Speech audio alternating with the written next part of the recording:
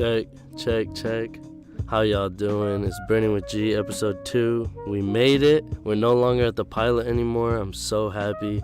I just wanted to genuinely say thank you to everyone who listened and gave me their feedback from last time. It was overwhelming to see how many people felt the same way as I did about a lot of these things. We're all in life together, so why not help each other out? If we can actually have these conversations and help each other be better and be happier, then the world would just be so much of a better place. So it's finals week. I wish you guys all good luck. We're gonna get through it again. It's not the first time. Everybody, make sure you guys are taking care of your health. At the end of the day, that's what's the most important. Grades come and go, but health is there to stay.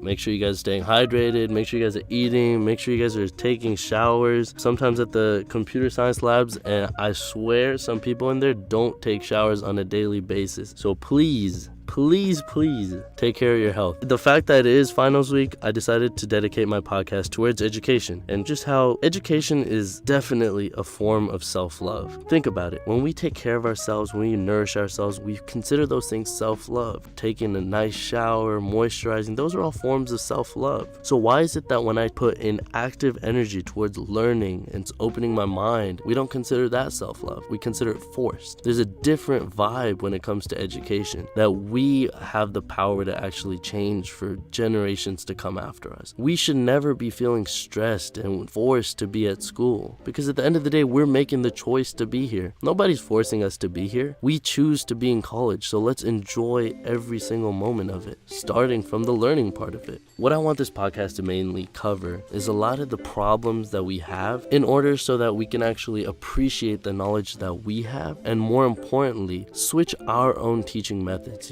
Whether we're teaching at home, whether we're teaching our friends, switch those styles so that we can actually cultivate a more progressive mindset towards learning. So before we start talking about education, the first thing that we all need to do is just understand that so many of our preconceptions about it are taught from that system itself. When we think critically about our schooling systems, we need to acknowledge the fact that our entire way of thought is taught by that school itself. The way the school is set up is not something that's definite. It's not 12 years of primary school and then 4 years of undergrad and 2 years of master's and there's a kindergarten, preschool. There's no way that has to be there, right? Somebody along the way just decided that, this might be the best way to educate our students and chose that. It's not scientifically proven to be the best. It just is. We have not tried enough systems to know for a fact that, okay, this exact thing that we're doing right now is the best. So the best way to really open our minds and think about crazy different solutions is just imagine a world where from the start you can create your own school. You don't even have to follow this whole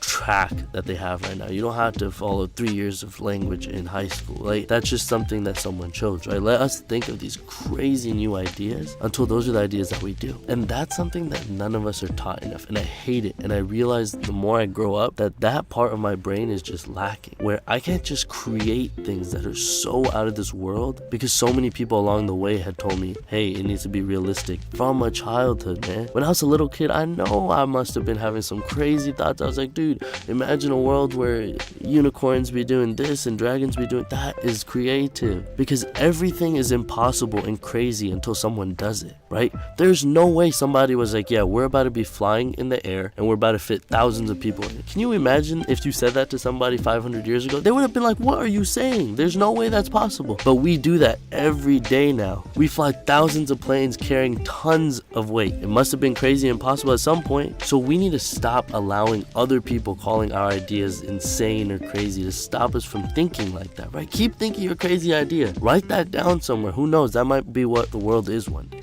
So my goal is to go over a few examples from other teachers as well as other countries to understand how even in the current world that we live in, there's so many different ideas that are implemented across the world for a teacher. So let's start with Finland. Finland has one of the highest ranked educations across many metrics in the entire world. So let's start with Finland's public perception of teachers. So in Finland, being a teacher is one of the most noble professions that someone can possibly have. And that is something that is very key and integral to their development of their children. So when you live in an environment where being a teacher is that highly regarded, you're going to have a significantly more educated population who are very passionate about teaching. Since there's such a high demand for teachers that aren't performing well are very quickly replaced by people who are even better than them. In that type of system, a teacher is forced to be able to be the best possible teacher he possibly can be. The main difference about the society thing, and this is something I think is very important, is when teachers begin to teach, they come in with a very open-minded energy about them. No matter what mistake a student makes, the teacher is very quick to be like, hey, I made a mistake, I can definitely do better to make sure that doesn't happen. And they take a lot of their blame for the students' misfortunes and failures. However, as teachers work longer and longer and they become more and more annoyed at students, they're very confident in their own teaching styles and quick to just be like, it's a student who just doesn't want to listen to me. And that is a very, very sad mindset for any teacher to have, because as soon as you do that, you no longer have the energy or power to change that. You can't change that dynamic in your classroom because you've given that power now to the students. Anyway, off that tangent, back to Finland. Another thing that they do there, this was really crazy to me when I read it. So they actually, many schools retain the same teacher for a group of students from when they enter all the way until 6th grade for 6 years. When I thought about that, I was like, that's awesome. Because here's the thing when it comes to teaching, which all these curriculums never truly understand. Every single individual really just learns differently. We're taught to learn differently, and that's just what it is. We are so different in the way that we learn. You cannot standardize that. You can't.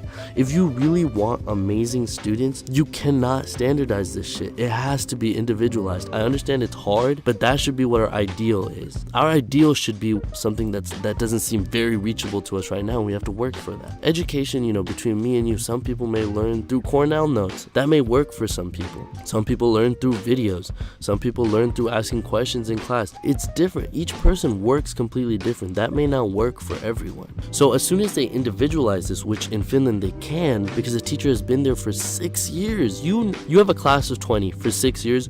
You're gonna know every single thing about that person. You're gonna know what's their family dynamic like. How does that affect a student when he comes to class? If he's having a bad day in class and he's misbehaving, is it because something is hard to him, is something bad happening to him outside of school? Understanding that about a student can change your entire way you teach them. You need to humanize children. These children are not just like dumbasses who just run around. When they're acting out or doing something, there's something going on there. And at what point does the adult actually forget that and get mad at the child? That always annoyed me. It doesn't make sense. So with this extra understanding of students, right, the teacher can just perform that much better and teach each student in a way where they know that they'll actually learn and understand. Education and learning and knowledge is something that never stops. Whether you're in school or out of school, it starts from the day you come out of the womb. Maybe even in the womb. For all you science people, let me know if that's how it works. As soon as you come out of the womb, you're learning things from every single thing that happens. Oh, that pot is hot. Don't touch it. Boom. Doesn't matter whether you're in school or not. You're learning all the time from your experiences. And in Finland, they understand this. So they actually have these daycare setups that students go to from the age of 3 all the way until 7. So since 90% of brain growth and 85% of nerve paths are actually created from the age of 0 to 5. In Finland, starting students to go to school from 3 actually encourages that and taps into that part of their growth, which is very important to how they grow as an entire person. So for example, they've done a lot of studies where they very accurately predicted the graduation rates and retention rates of things students learn from their reading levels as young as 3rd grade. What that means is based on that first 8 years of our lives, you can actually predict how that person may turn out in the future. So if we start school when we're 5 and you hit 3rd grade when you're 8, that's only 3 years. Now imagine doubling that time, starting school when you're 3. Now you have 5 years to actually help a student fully go through that growth. So a lot of Finland actually has to go with a ton of learning in class and significantly less learning out of class to allow that time to actually be spent trying to learn a lot of things through friends, at home, through play, which is what kids need. They don't need to sit at home doing homework to memorize the multiplication table. That can be learned very quickly. Memorizing the multiplication table is something that can literally be learned in a couple of weeks if taught properly. So a lot of this power and teaching ability comes from the teacher. I draw so much inspiration from a teacher I actually had over summer for applied algebra. Her name was Ann Carter. She's amazing. She basically changed the entire way I look at how much power a teacher actually has. So let me just go over some of the things that she did. So one of the best things I liked about her class was She created an environment where everyone felt like there was no stupid questions. I could be 4 or 5 weeks back and go up to her and ask a question, and she doesn't care. She's not going to even give you the slightest, like, why are you that far behind? She will just help you understand it and will literally explain to you in different ways every time until you do. It's amazing. Like, being able to have that level of conversation with your teacher is awesome.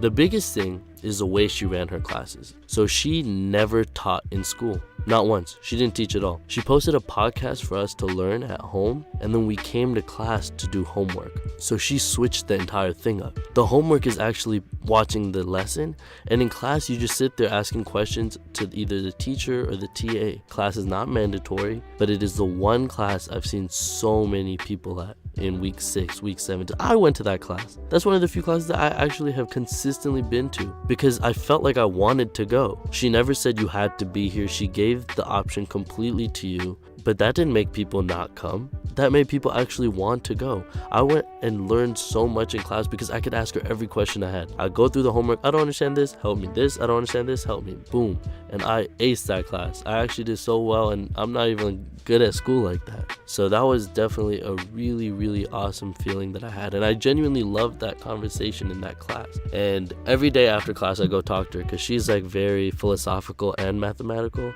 which is something I really aspire to be one day. So she was basically explaining this other aspect of education that had never crossed my mind. And I was like, wow. Basically, all of us kind of assume that the education system is set up to benefit us, right? I think I'm going to school, I'm doing all these things because it's helping me. But she basically just said, is it really? Like, think about it. Is it necessarily that you're in education for your benefit? So she basically brought this point up. There are classes where the curve is set at 30%, 35%. That means that the teacher is giving out tests that are so difficult that the average student no way can actually excel. That means for the brightest actual geniuses in that class, that they're for the first time in their lives actually being pushed. So if the average is scoring at 35, but there's 1 or 2 students that score at 80 or 85, even though the entire class may feel dejected that, oh man, I can't even do well at this, I'm not good enough, that can actually demoralize so many students from actually learning that subject, but they don't care. They can actually push those top 3 or 4 students finally, right? Think about it in high school. It was so easy. Anybody could have just walked through half of those classes and it wouldn't have made any difference. But looking now in college, some of the classes that do have curves that low, that those students are actually finally facing some sort of challenge. And that's very important when you think about the education system. Is it set up to help the average student perform much better and help the average person reach their infinite potential? Or is it to help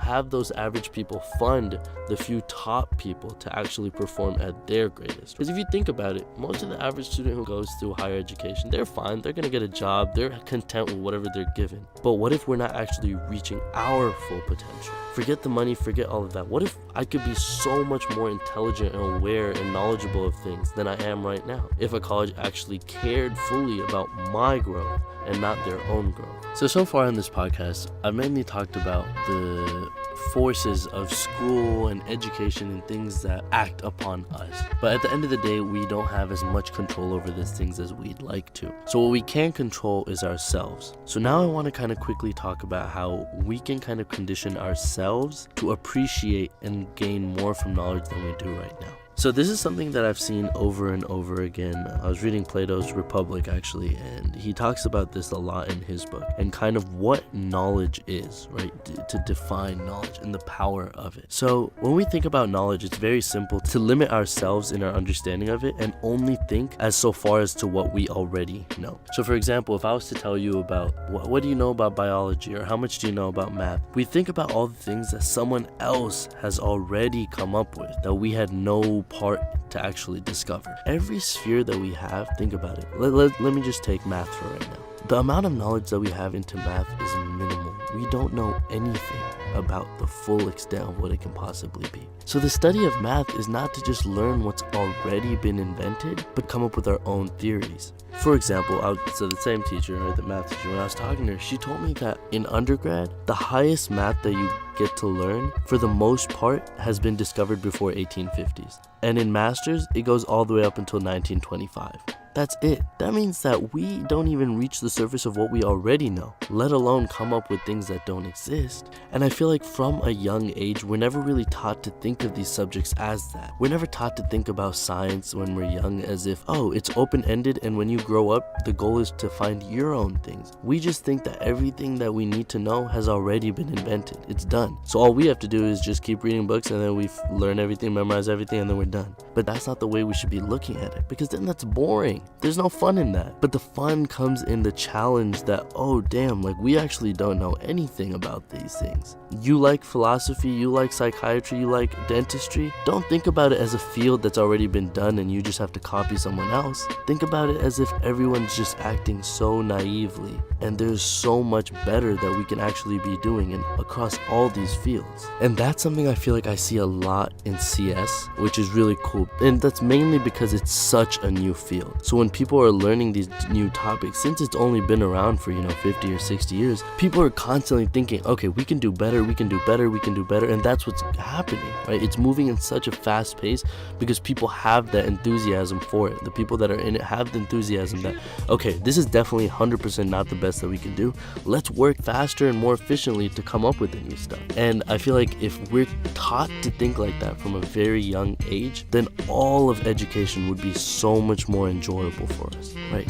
So how do we do that exactly? So these are things that I try to implement in my own teaching style when I tutor. Let students figure out what the Pythagorean theorem is. Let them figure out how to get to that point so they can appreciate how difficult it was for someone else to have thought of that. When we're given a squared plus b squared equals c squared, they literally just told us 3 numbers, square them, and then square root it, and then you get the value of the hypotenuse. They simplified it to the point where it sounds like anyone can do it. What do you mean? Like, I've heard this so many times, like, oh, people in the past were so stupid, all they could do was multiplication. But can you think about how someone might have come up with multiplication when you have no idea you can even create a relationship between 2 numbers like that? That is way harder. So for example, when we take something as granted as a squared plus b squared equals c squared, if we actually understand the way that the mathematician Pythagoras came to that, that is where the cool stuff is. And that's how we need to teach everyone. Whether it's science, whether it's math, it doesn't matter. We came to that point from so much hard work, and we need to actually understand those steps to appreciate all that we can do, all the endless possibilities of education that we can actually use it. So in conclusion, this is the main point that I want to get across to everyone with this podcast. Whether you're a professional or not, we are all teachers in our own respect. Whether we're teaching young kids that look up to us, our own children, our parents, our friends, there are things every single day where we're teaching to others. And we need to actually focus on the craft of educating and teaching and make sure that we become the best teachers that we possibly can. Because we don't want to just keep living in this cycle where we tell our children the wrong things, we make them care about the wrong things, and we just lead to this unhappy life again and again and again. We want to eventually break out of that cycle, and that all comes from teaching properly. If I have all this knowledge in my head, but I can't teach it properly, then no one will be any better because of the things that I know, right? So the amount of knowledge you have after some point doesn't matter, and it becomes how can you communicate that to others for them to also learn. So teaching is a beautiful thing that we need to all focus on. While we appreciate more and more how difficult it is to teach, immediately with that will come a bigger appreciation for knowledge as well. And finals week, tying all back together, everybody's stressed out, but really just think to yourself, forget the grade. Think about how many times you've been stressed out for grades in the 9th grade, in the 10th grade, and you're fine. You're where you at today. Nothing changed. So I'm far from saying don't study at all. But at the end of the day, like really just try to understand your craft and appreciate what you're learning. And just take a deep breath. No stress. Who cares if you get a B, C, A, F, as long as you learn the material and you feel like you did what you could to perfect your craft. That's all that matters. We gonna get through this week. We gonna get through these finals. I wish y'all good luck. Stay up. Peace out. It's G.